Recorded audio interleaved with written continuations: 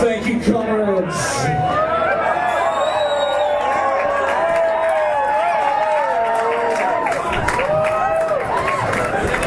I said that in Brisbane last December. Half the audience walked out. We had so many people. We blew out really early today. We had 182 in here by 8:30. So in half an hour I brought 182 people through the door. Wow. Then at 9 o'clock I had to shut the gates. Yeah. And I went out and the car park was empty. Yeah. There was about 10 cars in there. I couldn't believe it. I still can't believe it. So it was a new crowd?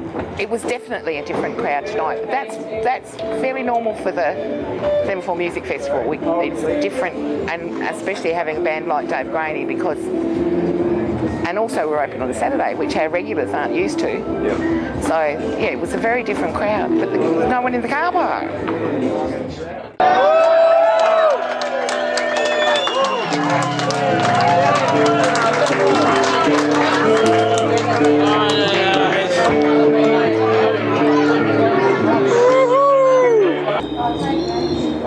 It was probably a bit of a mystery to my father, and my mother just thought it was pretty cool.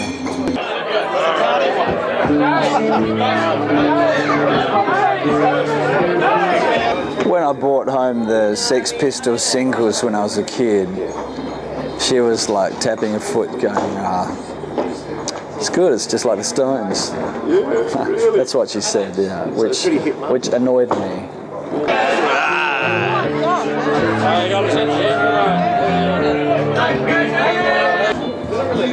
She is a sort of person, like, when I was about 13 or 14, she'd give me my lunch money and a couple of smokes for the way to school. Now one day I left my lunch money home and she marched up to the school and said, here's David's lunch money and here's his cigarettes.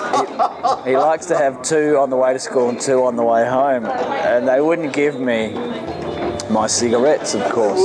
And nothing's more self-righteous than an early teenage kid demanding his rights. But they wouldn't give me my fags back. Apollo 69, rocket circuit in the desert heat, blowing our steam, spilling the seed on the barrel deep. Billowing Cupid, cloud the Lord, Roman chic and scaffold swings, Nelson's tower, Isaac Hayes, Shaft, Watts Tower.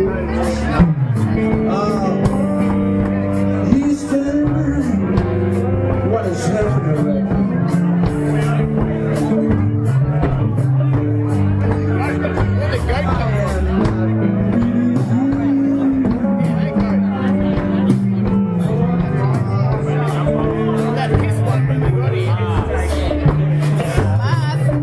Pioneers and diggers, psychedelic prisoners, dune buggies appear like ponies on the like a wagon train to the stars, and coyotes wail as coffee sticks. Hey, let's roll, we're on to Mars.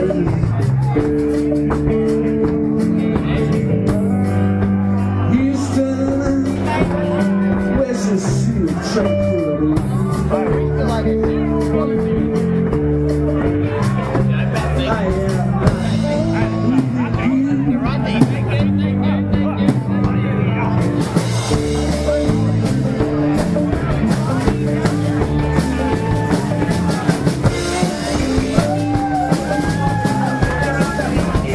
How'd the band find you? I was playing at this jazz workshop. It was a week-long jazz workshop. Dave's nephew was there, and Dave was watching his nephew, and then he came up to me afterwards and said, I might be doing some gigs, and if you want to come along. And you knew who he was? I didn't actually know who he was, but he was pretty famous at the time. My sister knew. She goes, Dave Graney, he's really popular. And then I was like, okay. A month later, we were on tour with the Cruel Sea around Australia. I was like doing all these really big gigs and really big venues. I was only 21 or 22, so it was amazing. Yeah.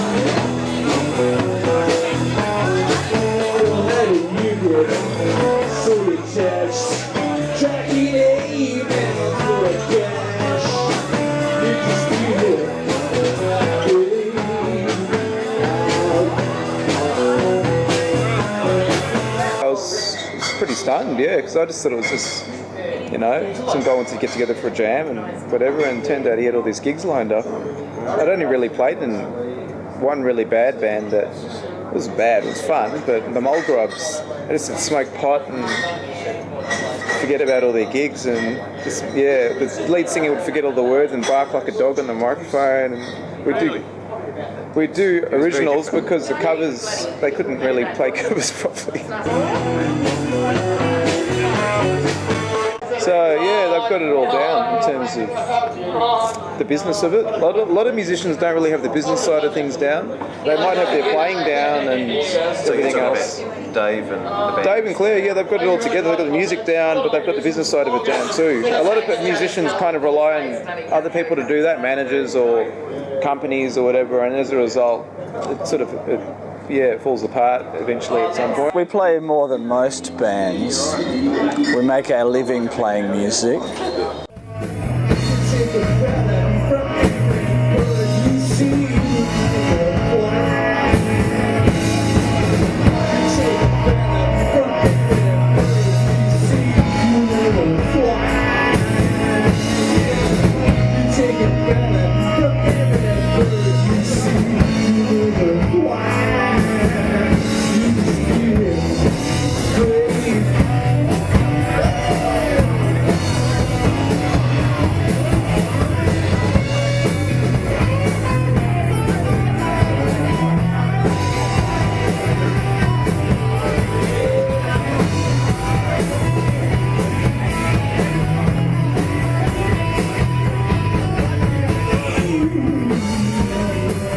What was your age when you first took the stage? Did a gig, about 18, yeah. Can we ask your age now? 50. And in all that time, well, roughly how many gigs are we talking about? Probably about 1,500 or something. So each year you do... About 60 or something. Really? I wish I could do more, but I might do more, 60 or 70, I don't know. And of all the places... Australia is too big to do any more. If I lived in America, I would do 300 if I could. Have you ever thought about moving to America? No, I should have. Well, there you go. It's one of those career questions that Mojo magazine should address, actually. Why didn't Dave Graney move to America? That's right, yeah. What sort of career decision there? Right. Yeah, well, all the music I like is American, and all the writing I like, mainly American. I'll do like English literature and French. French literature is the greatest, the poetry of... Well, you are a bit of an intellectual, and I don't mean to be, if you say that in an offensive way or anything like that. I'm more of that kind of street kind of person. Working class poet. I never went to university or anything. I don't come from that background, university or anything. Dave came up from Mount Gambier to study, and he deferred and became a rock star instead. I'm from the street, yeah. It's probably a good place to go to the very socialist and working man's Semaphore. Yeah, sure, yeah. Workers' Club. Yeah, well, I always say hello, comrades, thank you, comrades, at my gigs, and it was very good to do it here. Yeah. You can tell by his music that in all probability he's progressive. You can tell by the music, and most musicians tend to be that way anyway. Bit bolshy. Bit bolshy. bolty. Bolshy. Ah, well, they tend to. It's very rare that you have a musician that supports the conservative end of politics and thinks capitalism's wonderful, because musicians are at the receiving end of capitalism often. We did a song tonight called Apollo 69. It's from a 95 album of ours, but it's funny singing it here because it has a verse in it about Castro. It goes, and the commies, it goes, those Reds are up to something. You know, they got Rasputin's brain wired up to one of their missiles. Yeah, it's a black one, kind of like a pack leader. Yeah, Castro, he was hot for the main feature, dying to shove his cigar into the yellow sugar cane. Yeah, you know those reds are up to something. You know, they got Rasputin's brain wired up to one of their missiles. Yeah. It's a black one, kind of like a pack leader. Castro ran his name from the main feature, dying to shove his cigar, yellow sugar cane. I don't know him that well. I've met him just that time, just the once. You know, he may be an anarchist. That could be quite conceivable. In fact, if I was to bet money, I'd probably go more towards anarchist stroke socialist than straight socialist, or definitely, don't know about communist. He might be socialist, or he might be socialist stroke anarchist. You know, He certainly dragged him through the door though, didn't he? oh yes, yeah. That's because he's had a long history of being commercially successful and going his own way, doing his own. No one does. He does Dave Graney songs, and they're different to other people's music. You know, therefore, and if you're successful doing your own stuff, you're gonna get a crowd. Yeah. And of course, he calls it the Dave Graney Show. Very much the show. Yeah, oh, yeah. It's a great performer. Yeah, very much the show. Yeah, it's a show. A show. Good musicians. It's good musicians, but it is a show. Yeah, he knows he's got a certain amount of charisma and good product recognition, and so he knows that people come to see Dave Graney. If they came and saw the band without Dave in it, and the band was twice as good musically, which would be hard to imagine, but say they were, I think they'd walk away disappointed. They would rather have Dave Graney, you know. That's what they want. That's what they came to see. The fact that they got this really shit-hot band thrown in with it as well, that's just bonus as far, I think, for most people, you know. And you're looking forward to having him back? Yeah, I am.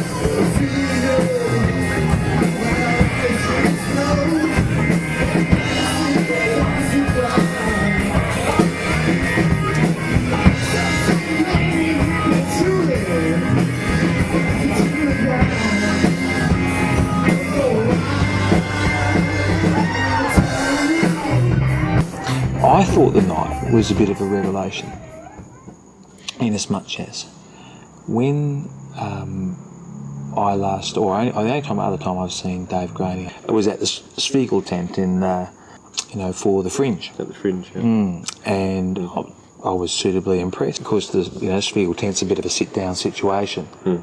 You contrast that with the Semaphore Workers Club. Yes. And the two shows were remarkably different.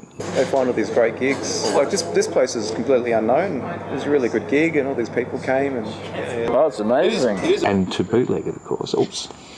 And I'm going to ask you, therefore, just quickly before I say thanks very much, about your reading. At the moment, I am reading Che Guevara's Motorcycle Diaries in French. It's incredibly impressive and appropriate. Translation. Your intellectual bugger, I've got to shake your hand at that point, because that'd be a beautiful point at which says thank you very much, Dave Graney. I'll bring you